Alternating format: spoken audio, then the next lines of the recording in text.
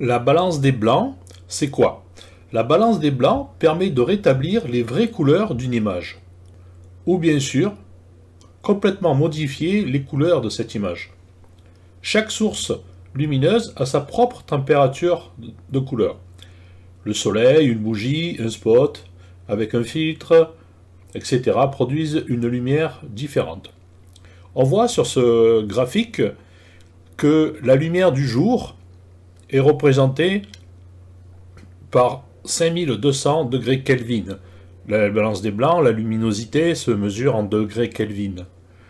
On voit que si vous avez une pièce illuminée avec un éclairage au tungstène, le degré d'éclairage est moindre, avec 3200 degrés Kelvin.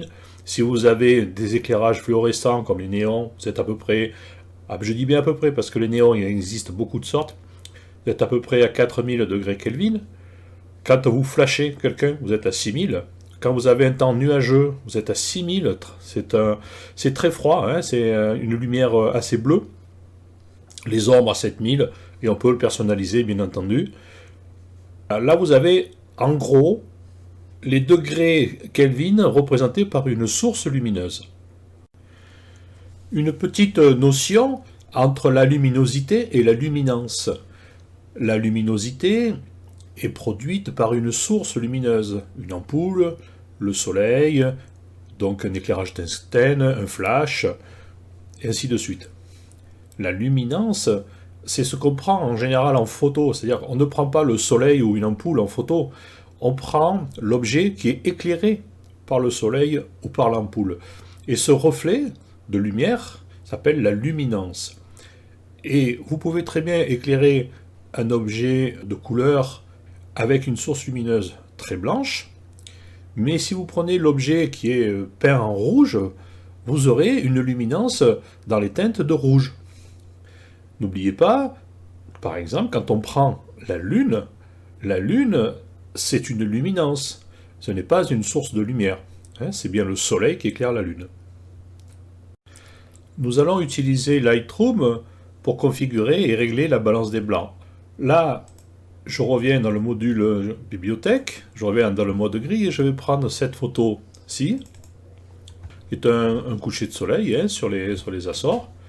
On va pouvoir régler la balance des blancs. On voit que là, elle est un petit peu fade. En fait, c'est une photo de nuit, mais bon, on peut quand même booster un petit peu la photo. Et vous avez ici, sur la droite, les réglages de la balance des blancs qui sont préconfigurés et préconisés par Lightroom. Dans ces réglages, on retrouve lumière naturelle. Si on sélectionne, on voit de suite que la photo change de teinte. En fait, on n'a fait que équilibrer la balance des blancs. Là, c'est un temps nuageux. Là, c'est une photo qui est prise avec une balance des blancs réglée sur les ombres, sur un éclairage tungstène. Hein, vous voyez, le soleil disparaît, ça devient très très bleu.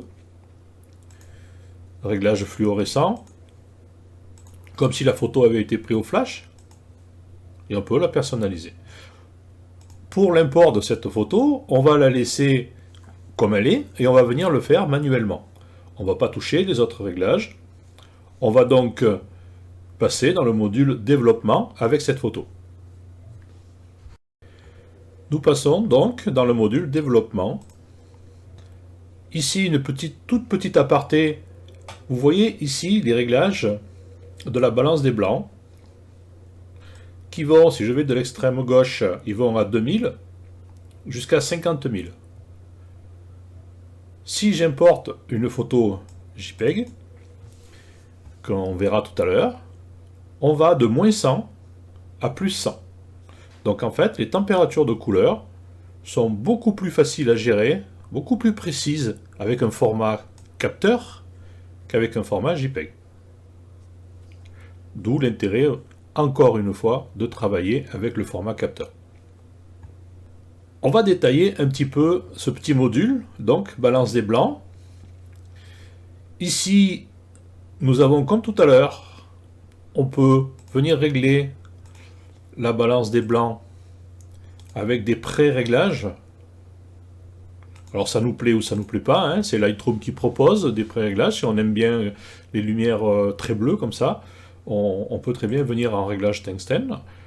Sinon, on reste en tel quel, en manuel, et on va pouvoir le faire donc en manuel. Alors, on retrouve, si on met une température de couleur très basse, on retrouve les bleus que l'on avait tout à l'heure. Si on vient au contraire monter dans les couleurs très chaudes, donc dans les chiffres très grands, on retrouve les bleus tendent à disparaître et sont remplacés par des jaunes, des oranges et des rouges.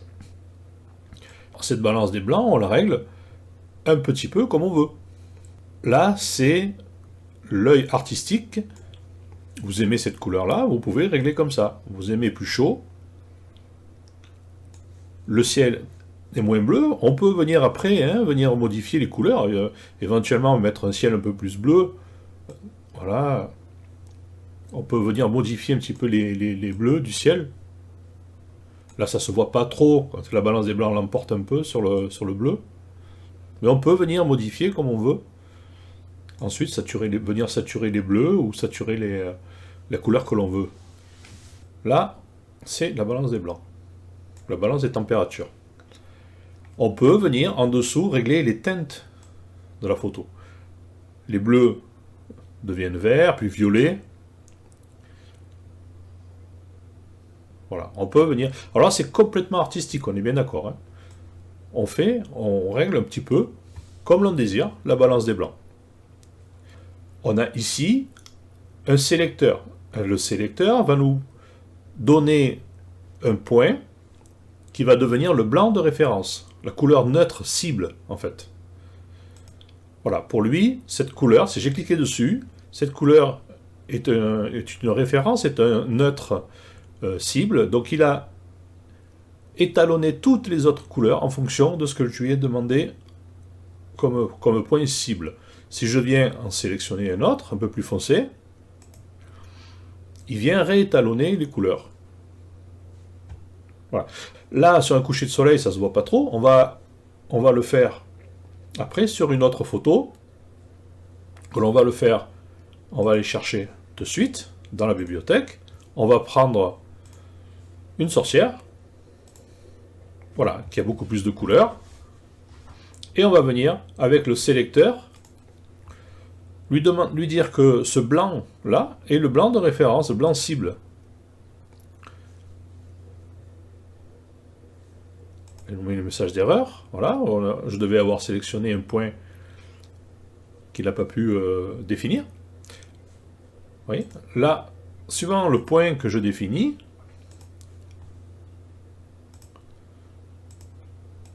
voilà, dans les blancs, là, il fait un peu il a du mal. Hein. En fait, ce sont des blancs cramés, je pense. C'est pour ça qu'il ne les voit pas. Il ne peut pas définir. Hein. Si je monte un peu l'exposition, voilà, vous voyez. En fait, j'ai cliqué sur des blancs qui étaient cramés, donc il n'y a pas de référence couleur, donc il n'a pas pu le faire la nuance. Là, il y arrive, mais si je clique sur un point ici, il me dit qu'il n'y arrive pas. C'est normal, il n'y a pas de couleur. Hein. Quand le blanc est cramé, il n'y a plus de référence de couleur. Donc évidemment, il ne peut pas faire un point de référence. Donc si je lui dis maintenant que ce blanc-là doit être le point de référence, il vient m'étalonner toute la photo avec ce blanc de référence. Alors moi je vais baisser les lumières évidemment. Voilà, là je s'augmente un petit peu. Voilà pour les teintes. Alors vous voyez ici les teintes, la photo devient très bleue, et dans l'autre sens elle devient très jaune. On réchauffe les couleurs et on refroidit les couleurs. On peut venir modifier les teintes. Alors, les teintes, il faut y aller doucement, hein, parce que c'est vrai que, voilà, vous arrivez à une photo très verte ou une photo très violette, c'est pas très représentatif, en tout cas sur cette photo-là. Sur la plupart des photos, il faudra vraiment jouer très très peu avec les teintes, voire pas du tout. Hein. Voilà, je vais lui demander que les sourcils soient le blanc de référence, et vous voyez, il m'étalonne toutes les autres couleurs en fonction du point du sélecteur de la balance des blancs, donc du point, vous voyez, une couleur neutre cible. Hein, il nous l'indique, ça s'appelle une couleur neutre cible. Là, c'est une photo JPG, comme je vous en avais parlé tout à l'heure, vous voyez, la température ici se règle de moins 100 à plus 100. Vous voyez la différence? Voilà. C'est beaucoup plus précis. On ne sait pas, là en fait, si on veut régler en fonction d'une température qui est donnée par une ampoule, par exemple l'ampoule est donnée en lumière du jour, on sait que l'éclairage est l'éclairage de la lumière du jour. Si l'ampoule est donnée pour 5200 degrés Kelvin, eh bien, on ne sait pas le régler. Voilà. Si on prend une photo au format capteur, on peut venir lui dire que la lumière c'était 5200 degrés Kelvin. Avec une teinte à 0, pourquoi pas. Voilà, vous avez vu, on rétablit quand même bien les vraies couleurs. Voilà la petite différence entre le JPEG et le format capteur. Ici, pour finir, vous avez 4 petits carrés. Si vous cliquez dessus, Lightroom vous affiche des pré-réglages, comme tout à l'heure. Et si vous passez la souris dessus, vous voyez, la photo change en fonction des réglages qu'il a lui-même préconisés, enfin qu'il a lui-même fait. Ce sont des pré-réglages de Lightroom. Hein. Vous pouvez choisir par exemple le monochrome, Adobe éclatant, le portrait, le standard. Alors ça, ce sont dans les favoris. Vous avez Adobe couleur, Adobe monochrome, le neutre, le paysage, si vous avez un paysage. Enfin, bon, ce sont des petits réglages que peut vous conseiller Lightroom. Vous voyez, c'est bien parce que, voilà, par exemple, sur certains trucs, alors, après, il y en a qui sont pas forcément utiles parce qu'on peut les faire manuellement. Mais vous avez, par exemple, ici, un réglage qui vous fait comme si vous aviez un filtre jaune ou un filtre orange, et un filtre rouge, un filtre vert. Donc ça peut être utile aussi. Voilà, vous avez toutes sortes de réglages qui sont préconisés. Vous avez ici une petite barre de sélection, c'est le niveau de filtre. Alors, tous les filtres ne peuvent pas, les filtres artistiques, je crois, peuvent, voilà.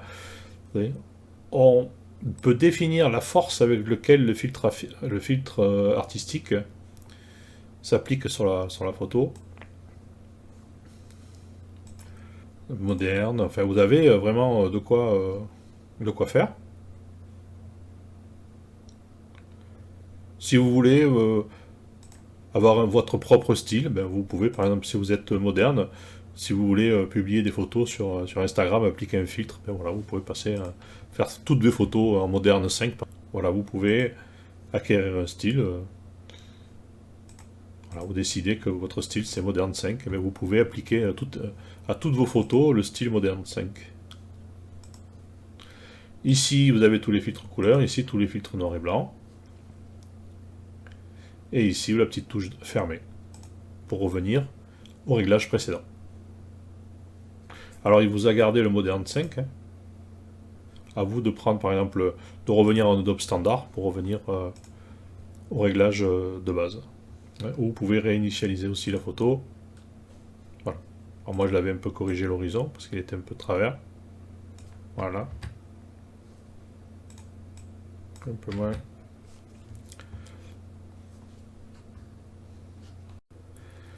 Donc le réglage ici de la balance des blancs est fait par estimation.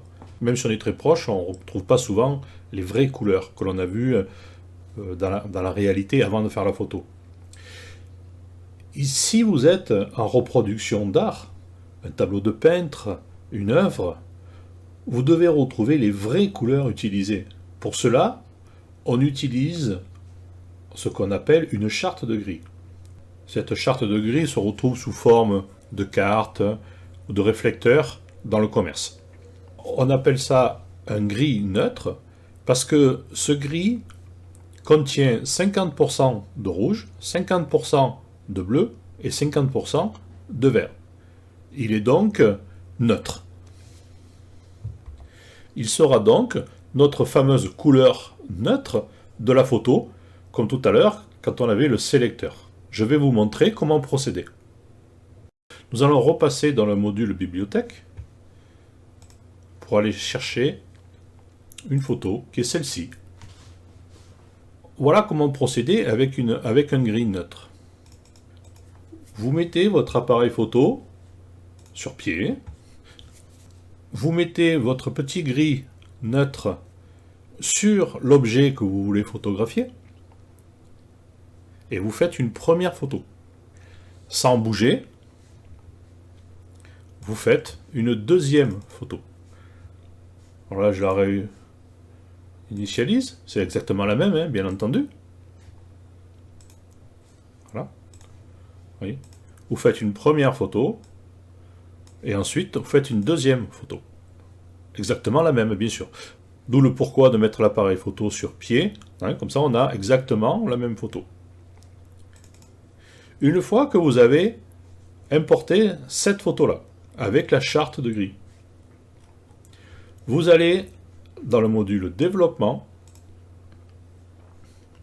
et avec le sélecteur, vous venez cliquer sur le gris neutre, ici, sur la couleur cible neutre, qui est votre gris neutre.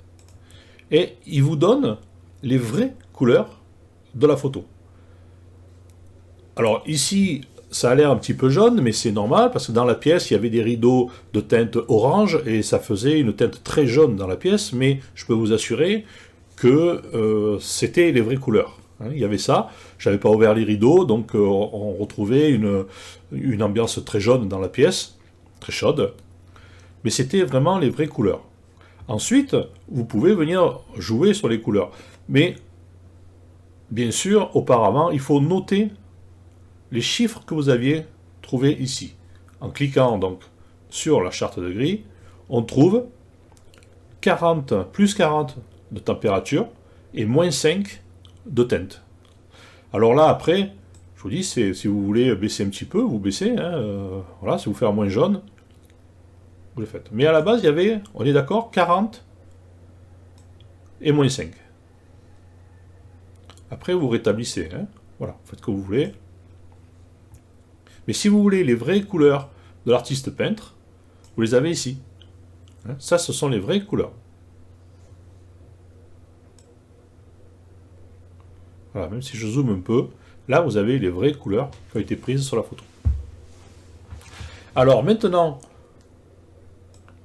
que vous avez les chiffres de la balance des blancs, 40 moins 5, vous prenez bien évidemment la photo sans la charte de gris, qui est exactement la même photo, mais évidemment sans le petit panneau gris. Vous passez dans le module développement, vous indiquez les valeurs qu'on avait trouvées tout à l'heure, 40 moins 5, et vous retrouvez les vraies couleurs. Là, cette photo-là, vous pouvez la donner à votre client. Voilà, cette petite formation sur la balance des blancs est terminée. Je vous remercie de l'avoir suivi et je vous dis à bientôt.